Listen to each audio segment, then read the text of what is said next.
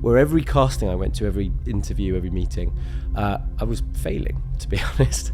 Honestly, one of my best mates, still to this day, is like, I don't understand what you mean when you say that. And so one of the things that we were really shocked how many people needed help with was,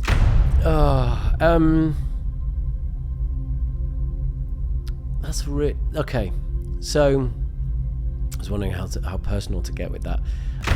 What strain does that put on your relationship when you're starting a business and you're engaged?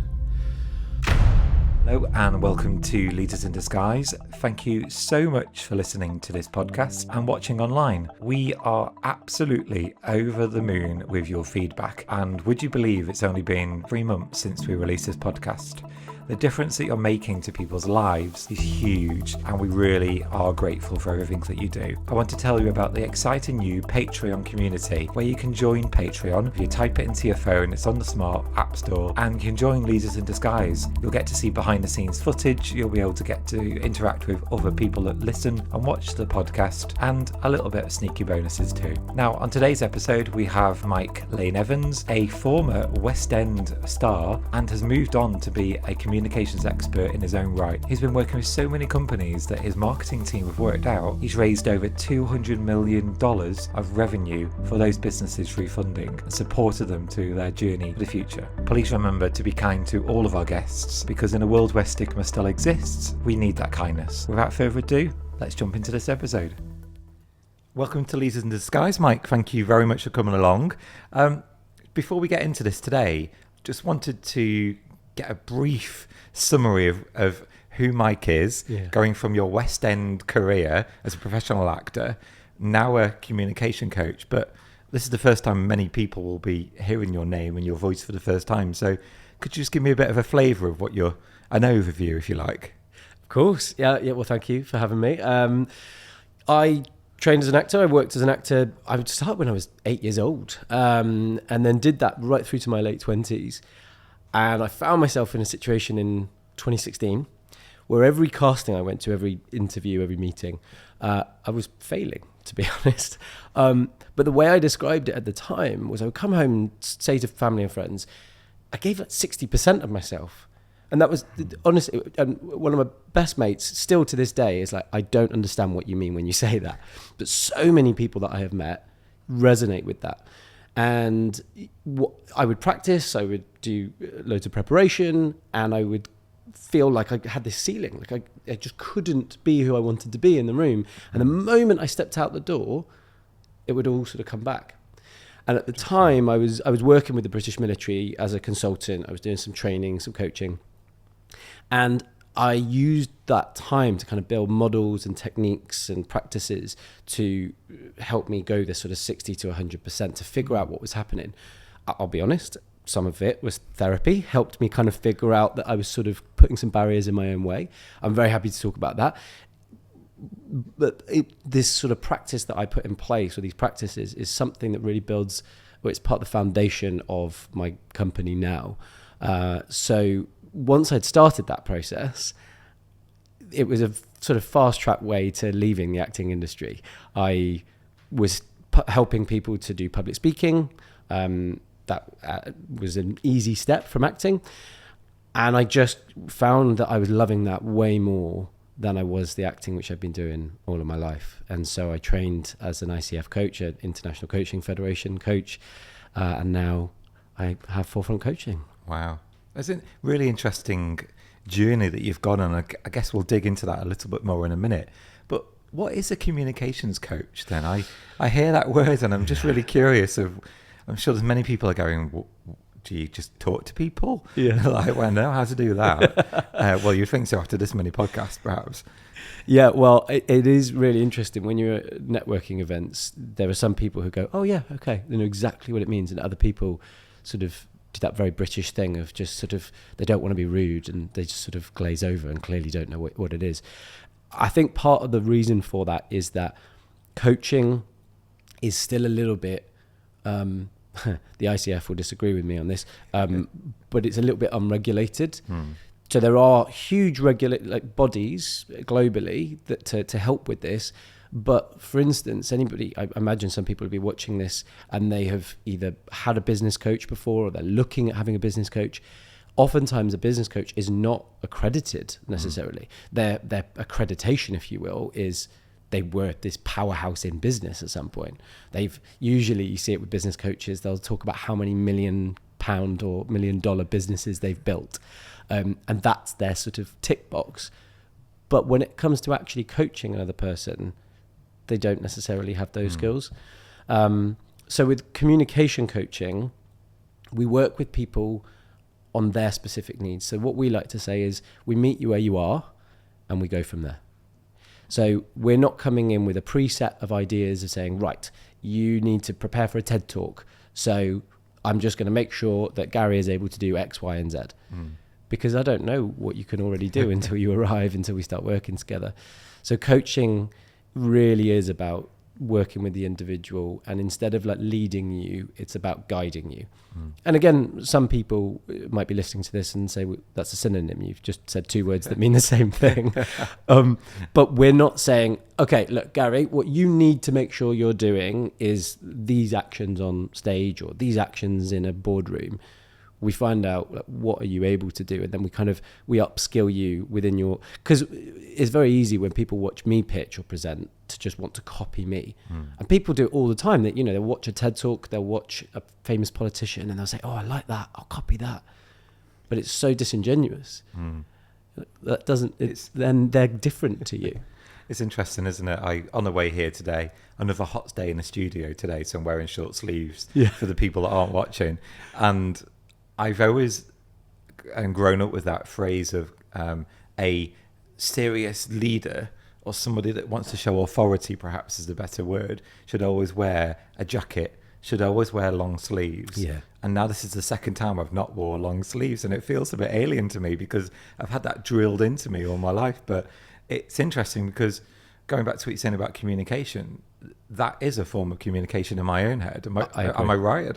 Yeah, completely agree. So when I first started out and I was just a public speaking coach, one of the things that, so then COVID happened and we were doing a lot of public speaking coaching on Zoom. And so one of the things that we were really shocked how many people needed help with was their setup. Before we start recording today, we've talked about how great your setup is here. Thank you. But so many podcasts even don't have this good a setup, and it's certain things, and it's really interesting. Like I have designers now as part of Forefront as well, because we're communication across the board. So we help people with design because that's part of communication. But so many people don't see certain things that a designer will see, and I think when it comes to communication, there are lots of really important parts. And appearance is very much that. There was a study that was released, it was conducted over a year, and then the findings were released last April on first impressions. And they found that on first impressions, there are 3 key things that people are going to remember from that first impression. So it doesn't matter if it's a minute or an hour, but they're going to take away 3 key things. And that is the first 15 seconds, the last 15 seconds, and then a wow moment or a surprise moment. Now, when we run our workshops, because we'll run big workshops to kind of make things a bit more accessible, and then if people want to, then they can go forward with one-to-one sessions. When we run our workshops, I always say to people, that wow moment or that surprise moment, I would hope it's different from the different people here in the workshop. Because what might be a wow moment for you, somebody else might say, well, yeah, I already know that. And so you've got to find those different things. To go to your question about appearance, that's part of that first 15 seconds, because we are built, whether we like it or not, and whether we can change it or not. I do see a lot of Gen Z being able to change that, and even since COVID has changed that as well. Like, I don't know if you can see I'm wearing trainers. I would never have worn trainers up to a business type thing, and like you said, short sleeves.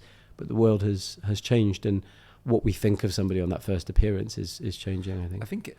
When you were talking there, straight away I thought of the Mark Zuckerberg, the guy who owns Facebook or Meta, as it is now. And he was the first guy that I saw mainstream that would wear a T-shirt, that would wear Converse, whatever brand, trainers, and jeans. And that sounds crazy. But I just wonder, perhaps I can go back and ask some of the other guests this question as well in hindsight. I wonder whether the more successful that you get, the more you don't give a stuff. Again, I'm trying to find the right phrase, because I found that I've started to relax a little bit. I get told off for wearing shoes on this podcast, ironically. So maybe you might change my mind going forward. But yeah, I guess culture is changing, society is changing. Yeah. And okay, Gen Z isn't the majority of workforces yet, but obviously that will change over time.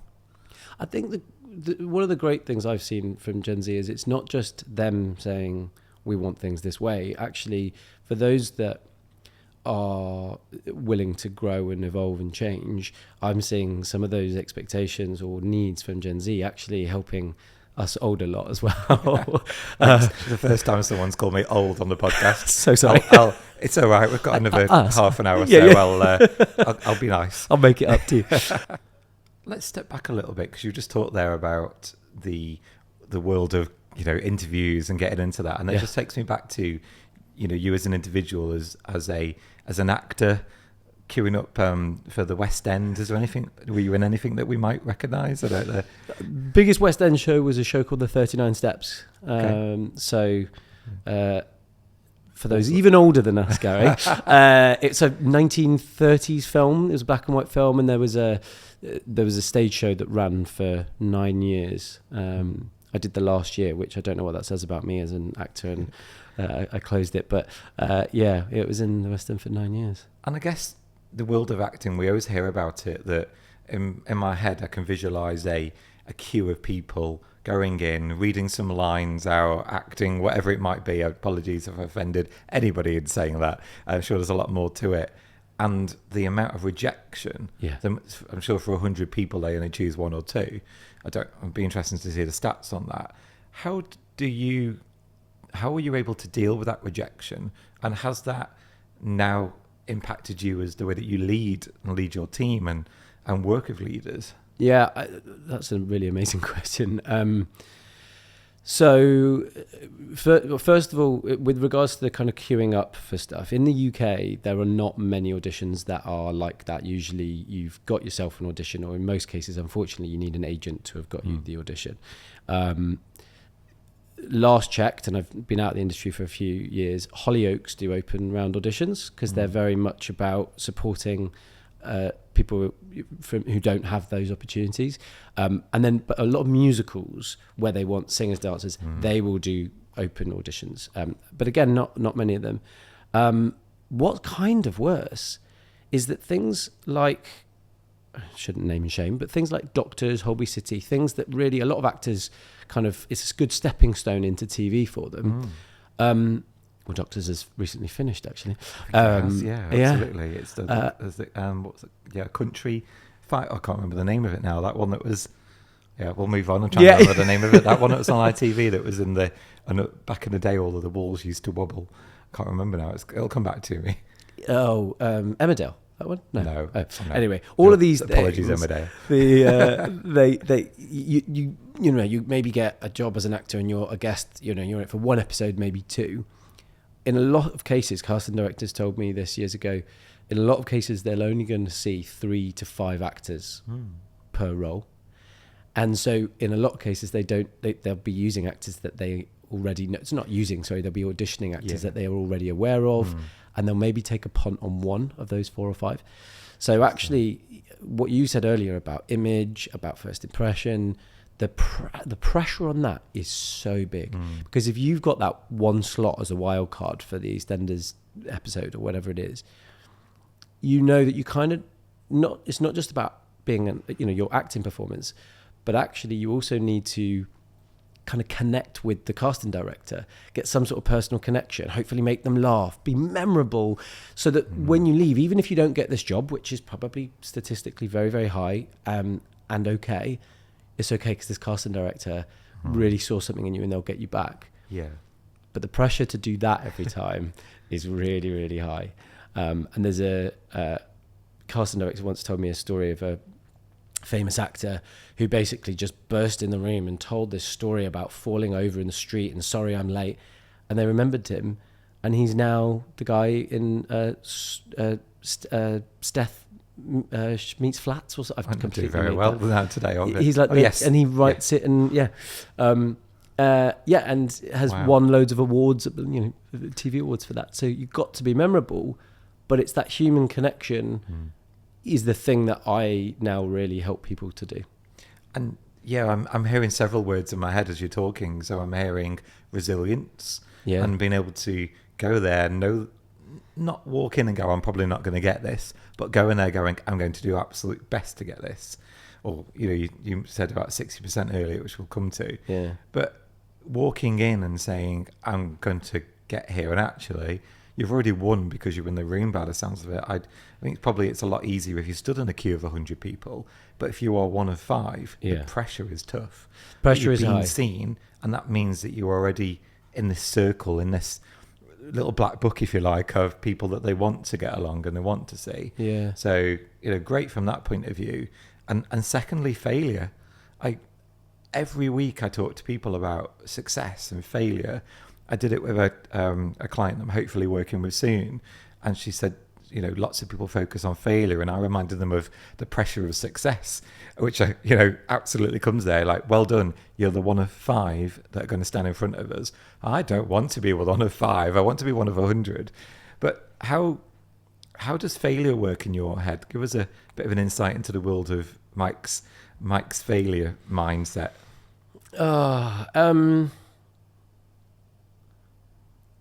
That's okay. So I was wondering how personal to get with that. It feels like sort of apathy. So if you've ever, you've ever run a 10K or something equivalent, you've played a football match, or something that involves energy. That might be playing with your kids today, or just keeping your kids alive today. Whatever that is, at some point you want to continue to give the energy to that thing, but we all just get days where you're like, it's just gone. It's not mind over matter. It's just the energy has gone. It's sapped out of me. And as much as I want to be happier and smilier, and I want to connect with this other really lovely human being in front of me, and I want to show them what I can do as an actor or, as a coach, it's that feeling of just, it's completely sucked out. And what I see, I'm not saying I'm right, because I'm scientifically correct, studied this, but I'm still yet to see somebody on stage who doesn't fill one of these 2 categories. So when nerves kick in, I find that people either become really hyperactive, they talk faster, they're putting all this energy, and they want to give all of that energy. Or they do what happened to me, which is this energy just leaves your body. And you feel, and I can hear that in people, because I've tried to demonstrate it. People's voice kind of gets stuck here. It's almost like this sort of a piece of cellophane sort of over the top of their throat. And I'm massively, massively exaggerating, because sometimes it's not that bad, but you can usually, it's that, what we say in Britain, like the frog in the throat kind of thing. And that I can hear that in clients, and I've got lots of tips and tricks to take them out of that. One of the things that I talk about as a leader, and you mentioned earlier about therapy and supporting, is that we do go to therapy and we do get support, just like any other person that walks past us in the street later today. And I remember a moment, and I'm sure you may agree with this, where I sat down with them and they said, let's talk about confidence and let's talk about self-esteem. And they did reframe that for me. So I'm happy to say this now for people listening, that for me, I realised that I was always confident. Actually, 2009, setting up a business, I must have been fairly confident, because it was quite a scary time in a global recession, setting a business up, and also I moved 100 miles away from home and used the savings that I had left a secure job. But I had confidence to go and do that. I don't know if it was, I'll use the word arrogance at another point, but I think fairly arrogant, I can do this. Yeah, it's fine. Absolutely nervous as hell, thinking, is this going to work? But I had belief. I knew that I was competent, and therefore I was confident to be able to go forward. But the one area that I've always personally struggled with, until maybe the last couple of years, where I probably would say 2/3, 60-70% better than where I was, is self-esteem.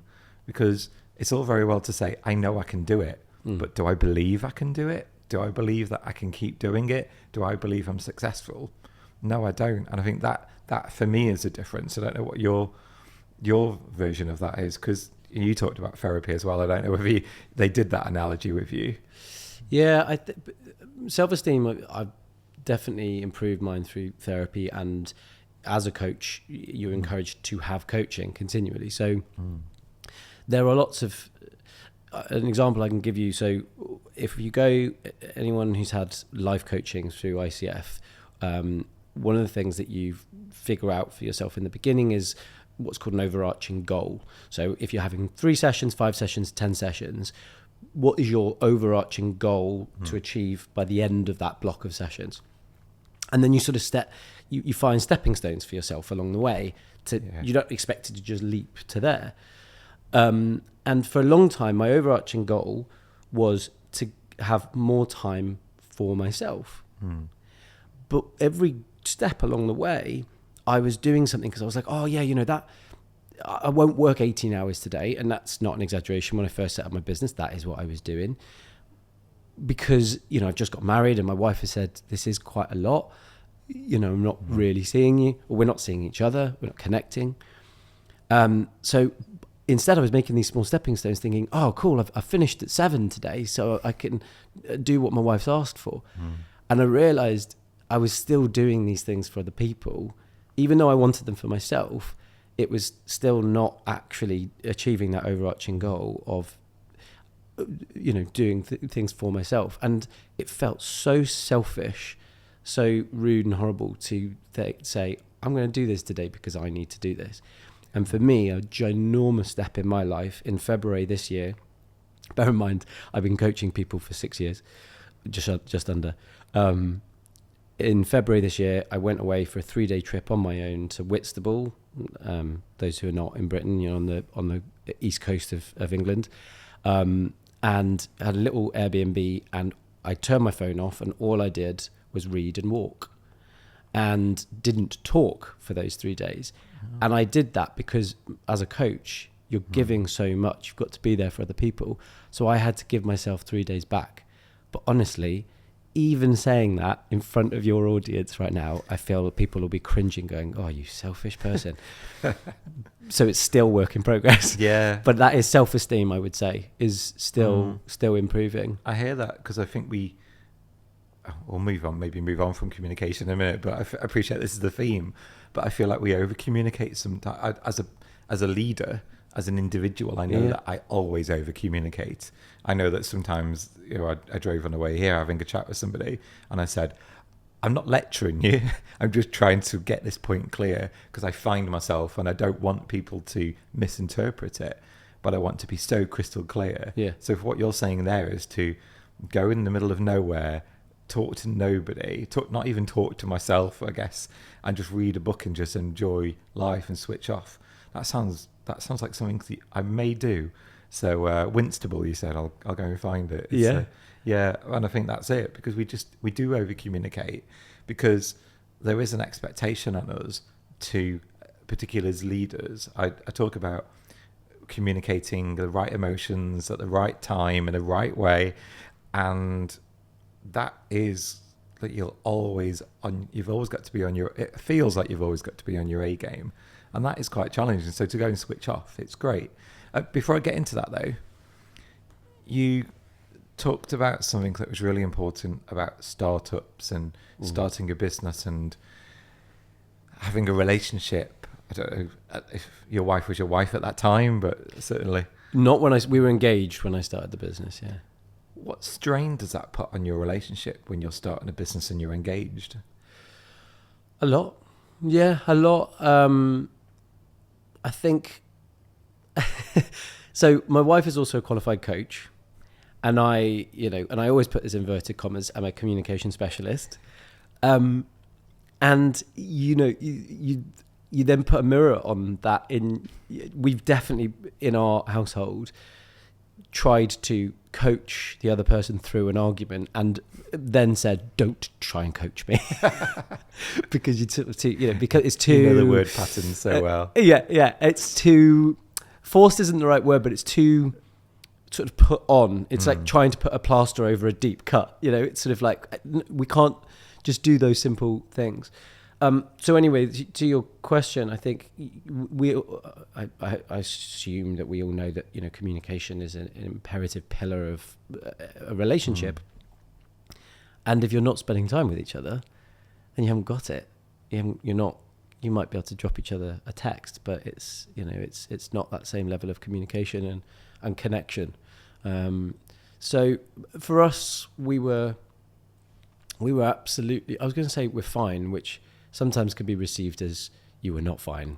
Like you misused that word. It wasn't a problem for us actually until after we got married last summer. We had a month or two in the early autumn where just life threw a couple of things at us personally, and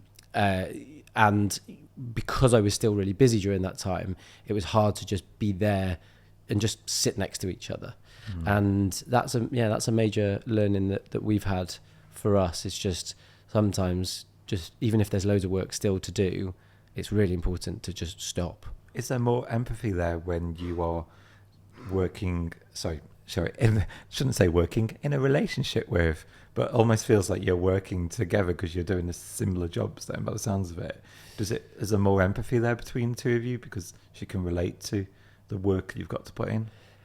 Yeah, maybe not in the moment always, but I think one of the things that we do, real personal share, but so during the lockdown in 2020, we were actually living temporarily with another couple.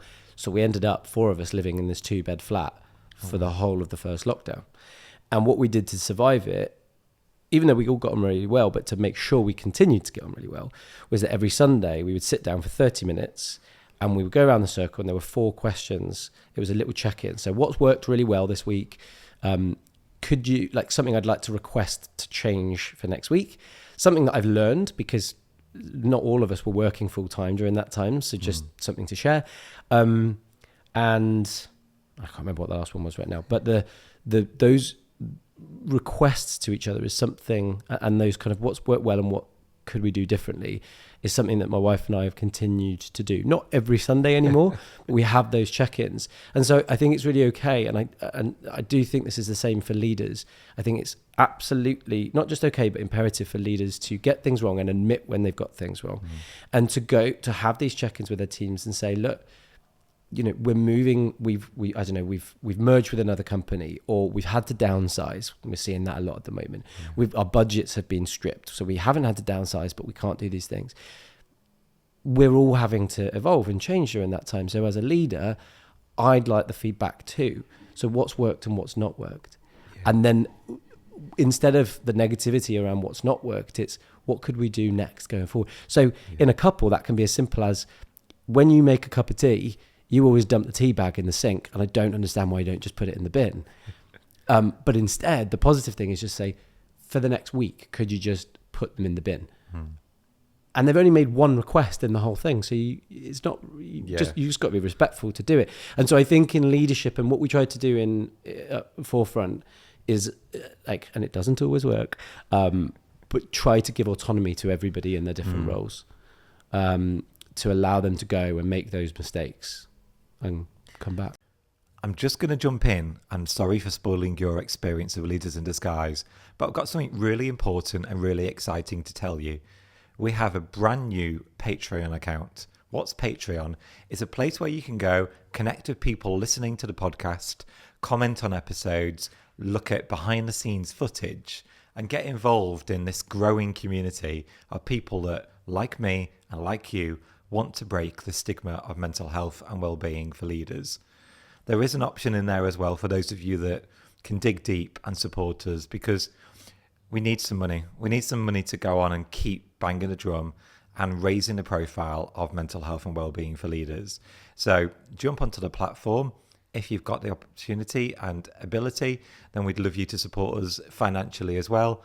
But don't forget, you can go on there for free and join this amazing community too.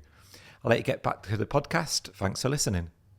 Is there a temptation for leaders to rely on templates and ways of communicating rather than what I personally feel is best is being more authentic in their leadership and, you know, the way that they communicate those bad days? Because you make a really valid point there.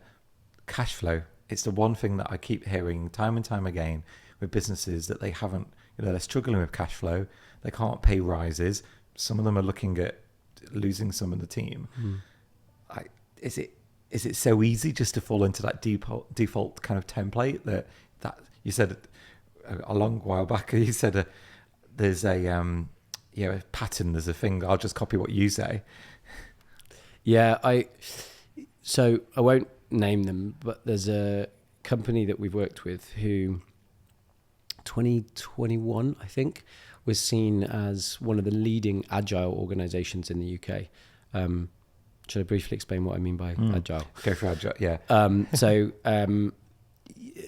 With an agile organization, instead of having a typical sort of project manager who is saying, right, to all of you, these are your jobs for the next week, go away, do them, I'll see you on Friday, or I'll see you next Monday. It's more saying, right, these are the jobs that need to get done. Who's specialist in this area and who would like to take that? And there's a very, very basic breakdown of agile. There's a lot more coaching in agile. And there's a lot of study to prove how successful those companies have been.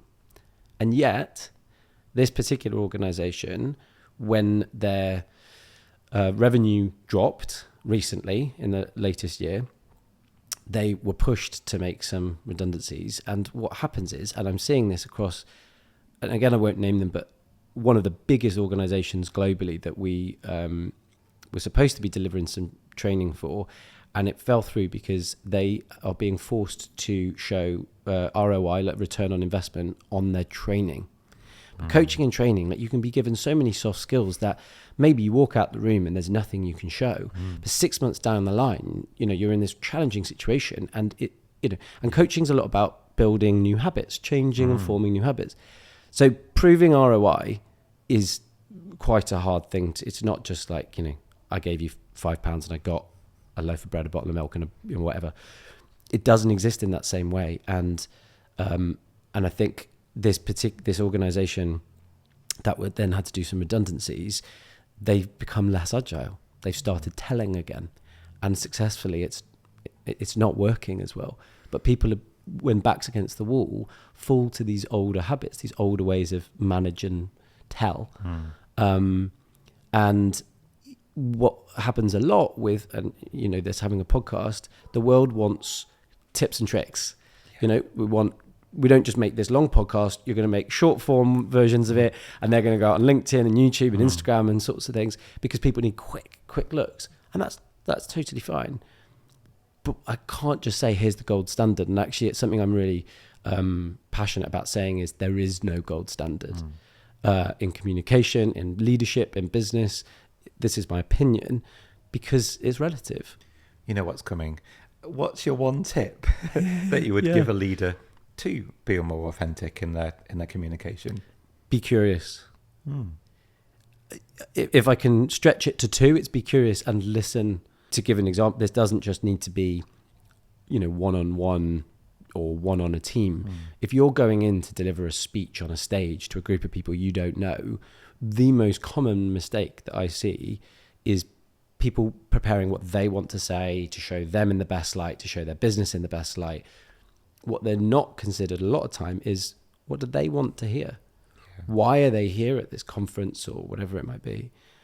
What do they want? What are their problems that they're searching for answers to? And so curiosity, and it's easy for me to say as a coach because I'm incredibly curious as a person, but asking those questions and then listening for the answers, because it's not always the thing that you thought as a leader. I guess you can go too far by being curious, by invasive questioning and probing. But if you're curious, I hear that as quite a light version of probing, because you're saying, come on, what are you working towards? You know, let's work together.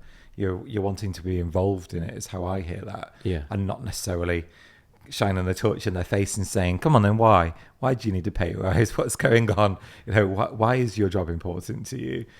I listened to another podcast, sorry, yesterday with Daniel Priestley. And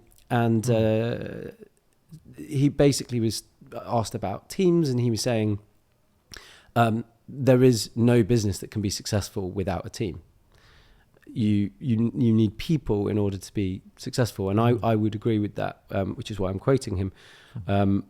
And the biggest power I think you've got for leaders is those team members doing the job because they love it, because they're motivated to, because they're inspired to, and not just because they need to go home and pay the mortgage or the rent. Because at some point, that's always going to be very short-lived. Those powerful connections are the people who feel like they really want to work for that organization. They feel that they are part of that organization. And so just understanding, like, what is it that you want? Especially for small businesses. If someone's coming to work for you, what the Gen Z thing we were talking about before, what do you want? What are you looking for in a workplace? What are the things that drive you? Sounds like a coaching session. It does, obviously, you know, I'm a qualified mentor as well. So but, we'll have a whole podcast about the difference between a mentor and a coach. I always say it's because I get quite involved, and that's why I'm a mentor and not a coach. But I hear that where we say, you know, what do you want from this relationship? And I think that you're absolutely right. Employees coming to the workplace, even employees in workplaces now, they want to see that kind of reciprocated, can't use that word, value. It's like, okay, I'll come and work for you. I know that I'm getting this money, but actually I want to be purposeful. You go back to that Simon Sinek why. I had a conversation with my coach yesterday, in fact, and said to her, I don't feel like I've had a purposeful week. And she said, what would a purposeful week be? Great. So we started looking at what makes it purposeful. I don't know if I use that word because I'm in this world, but we just tried to look at how to make it more purposeful. And I feel, and it's my own opinion, is that employees want to feel purposeful in organizations. They want to work autonomously, use that word, with leaders and say, look, this is your business and that's great, or you're in charge of this team, it's your profit and loss accounts or sales accounts. But I want to be part of that because I want to feel like it matters. I don't just want to sit there and just do my job unless, and I've got to say, certainly, you know, this is the second shout out I've given to my mother in a couple of episodes. Hi, Mum, again. But she said to me, I remember the moment that she said, look, Gary, I'm looking at retiring. I can't carry on like I am. I don't want to be a manager of a store and do X, Y, and Z anymore. I'm quite happy doing 20 hours a week, putting things through a till. That's absolutely fine. So unless you are that person that just wants a quiet life, and I can agree with that on many a days, then actually the reverse of that is, or the opposite, should I say, is that we want to be involved. We want to feel like we're part of that mission. Yeah. And I think we've got a little bit sick of that corporate mission statement culture, haven't we? And now it's just reframing that. Well, we were looking at some stats about the UK the other day, and I think, I'll see if I can get this right, I think it's 83% of businesses, again, don't check me on this one, but it's really, really high, of businesses in the UK are small and medium enterprises, so 250 people or less. I think it's like 99.9% or something. Is that what it is? That. Yeah. There you go. Yeah. Yeah. And so, although on the flip side, it's not the biggest bits of revenue, of money is actually coming into that 0.1%, but that's a lot of people in the UK that are part of these organizations that, you know, they know the CEO, they're not just somebody who's kind of like, oh, we've never met the management. They're kind of this elusive godlike figure, but they're actually really a part of these teams. And I mean, for me, again, not to talk about COVID too much, but when the first lockdown happened, I was still acting. I was acting and coaching at that point. And I was very fortunate that I had work in both areas from Zoom. And yet I was really searching for what my purpose was. And I realized more than ever in my life how important purpose was to me. And for those who don't know Maslow's hierarchy of needs, you know, for our grandparents or great-grandparents, it was, you know, food, water, shelter. We live in a time where, and I certainly know that is not easy for everybody, more people than ever before have the access to those three things. And so then they get the opportunity to look at what comes in that hierarchy of needs beyond that. And purpose is there. It's right there. As long as you can live, the next thing we need really is purpose. And so yeah, I think whether it's leaders or team members, we all need it. Absolutely. I just want to dive into mental health, and obviously we're talking about mental health of leaders and well-being of leaders, and the way that we look after ourselves and prioritize our own well-being. I guess I'm trying to figure the right way to ask this question, because as an actor, I'm sure there's many times where you've had to act a certain part or a certain way. Do you still wear a mask as a leader now in your present company when you're walking through doors? Is that there, or does that exist? It's a great question. For those who read body language, I just started nodding to Gary, and I was nodding because of how great the question was rather than because of yes, I do. I know, over-explaining to divert you. Yeah. I as a leader, no, I don't wear that mask anymore, and that's a very conscious decision. There's a communication model that we start people off with, and to help you figure out what is your preferred way of being communicated with. And I ask all of my team to do this, so I know how they want me to communicate with them, and not just me do it in my way. Yeah. And so I can be mindful of that all of the time. What I realized is when I discovered mine, I thought I was two. There were 4 options. I thought I was 2. And I realized I'm not 2. I want one. I'm sometimes being the other. So my challenge to myself all the time is, whether I'm with my wife, with my family, with my friends, as a coach, as a client, wherever that might be, can I just always stay true to myself, really? Where the mask slips in sometimes is, if there's this new massive potential client, and it's those initial calls where you've got to impress them, the mask starts to slip in a little bit. Where I'm trying to improve my own or change my own habits is, and I did this with a potentially very big new client 2 weeks ago, is I caught myself doing it in the first sort of 5-6 minutes and just stepped back and just said, you don't need to do this. It's hard to show vulnerability in those moments. I find, I don't know what your experience is when you talk to that client when maybe sales aren't particularly great that month or that week, and it's a big deal. I find myself, with Leaders in Disguise, we talk about lifting the masks and throwing the masks away. But you're right, it does find its way into your back pocket. A bit like when you find a £5 note in your pocket, you're like, oh, I didn't realise that was there. Is that the mask just appears, like Iron Man for any Marvel fans out there? It just appears, doesn't it, for you? And you suddenly find yourself wearing a mask to go, oh, no, I've got all of my stuff together, and I know what I'm doing, and everything's perfect, and I've done that a million times, but I'm the worst liar, so I never lie. Yeah. But for sitting there on a call, is it hard to show vulnerability? Is that a good communication quality? Yes, it's hard, and yes, very, very much is it a good communication quality. There's a study, for those who want to look it up, by a guy called David Mayer, just depends how you pronounce the surname, into trust. So it's called the trust equation. And for those who are not mathematicians or engineers or developers who are watching this or listening to this and thinking, gosh, there's an equation for trust, why? That's exactly what happened to me when I first discovered it. But it's less about, for me, you can go and figure out your trust score, but for me, it's the what they found from this study is what's really imperative, not just important, but imperative to gain someone's trust. And there are 4 factors, and one of them is intimacy. It's not vulnerability, but it's intimacy. Now, obviously that doesn't mean go and give someone a big hug when you walk in and you meet a stranger for the first time. But can you show who you really are? Can you show those times where, you're meeting somebody for the first time, maybe you had your partner's birthday last night, and instead of 1 glass of wine, you had a bottle of wine each, and you're feeling a little bit rough this morning.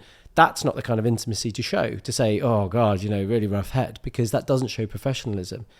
And one of the other major factors on there is credibility. So you're killing your own credibility by doing that.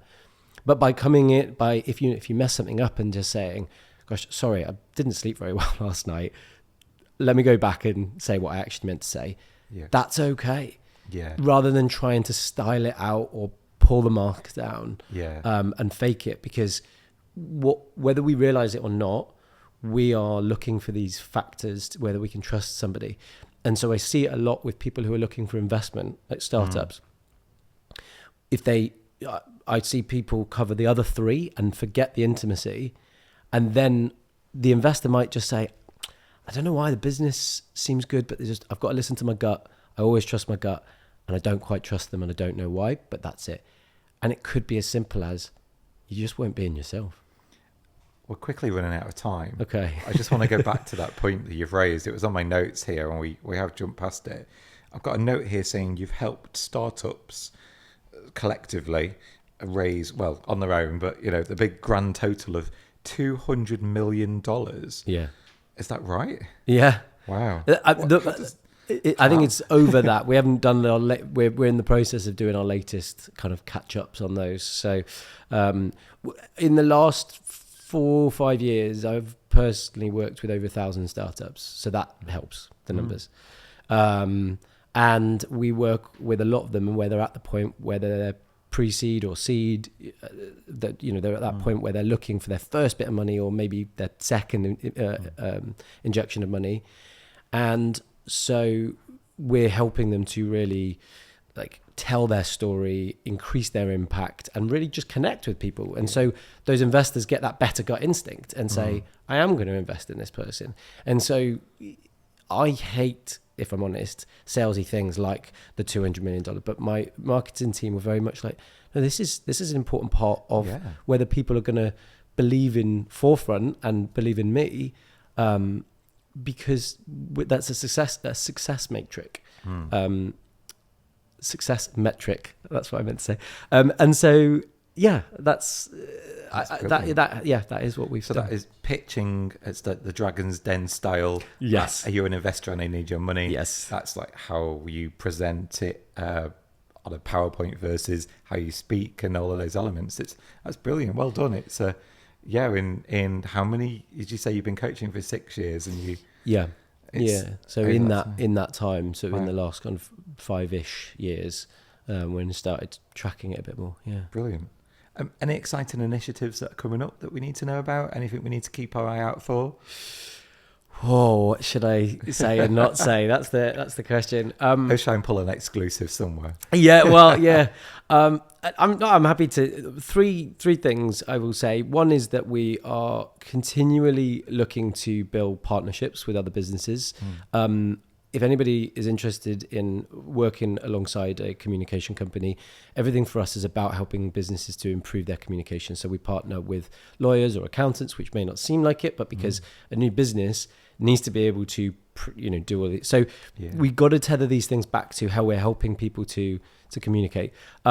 Beyond that, we are looking to launch, I'm going to get told off for saying this, to launch a sort of accelerator program focused on 18 to 30-year-olds starting in the UK.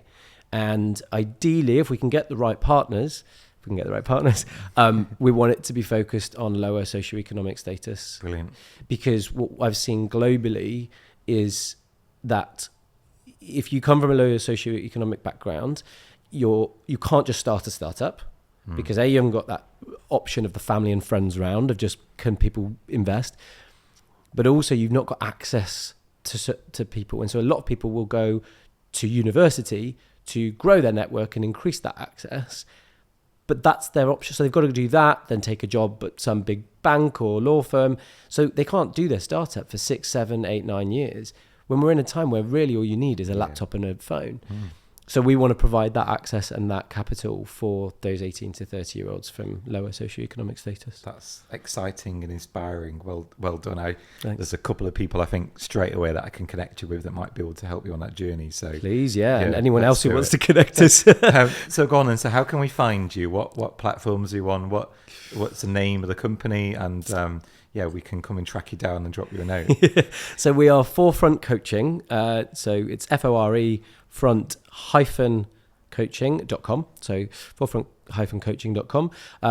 We also have a LinkedIn page, which I'll be intimate and vulnerable and say has very few followers, because when I started the business, I'm not very good with social media. But now I have a lovely team who are fast in growing that. I personally am on LinkedIn. You're very welcome to come and find me. My name is Mike Lane Evans. It's a double-barreled surname since I got married last year. And at the moment, that is our only social platform. And you're going to see a lot more kind of free content, if you will, from us on LinkedIn over the next 6 months. We want to put a lot more videos and guides out there. And the third sort of thing to announce in connection to that is we're launching a learning management system. So there will be an online course from hopefully December that will be in public speaking. And so we want to be able to provide things that, to the socioeconomic point, that course will be fully online, and so cheaper, more accessible than coming and having our coaching sessions.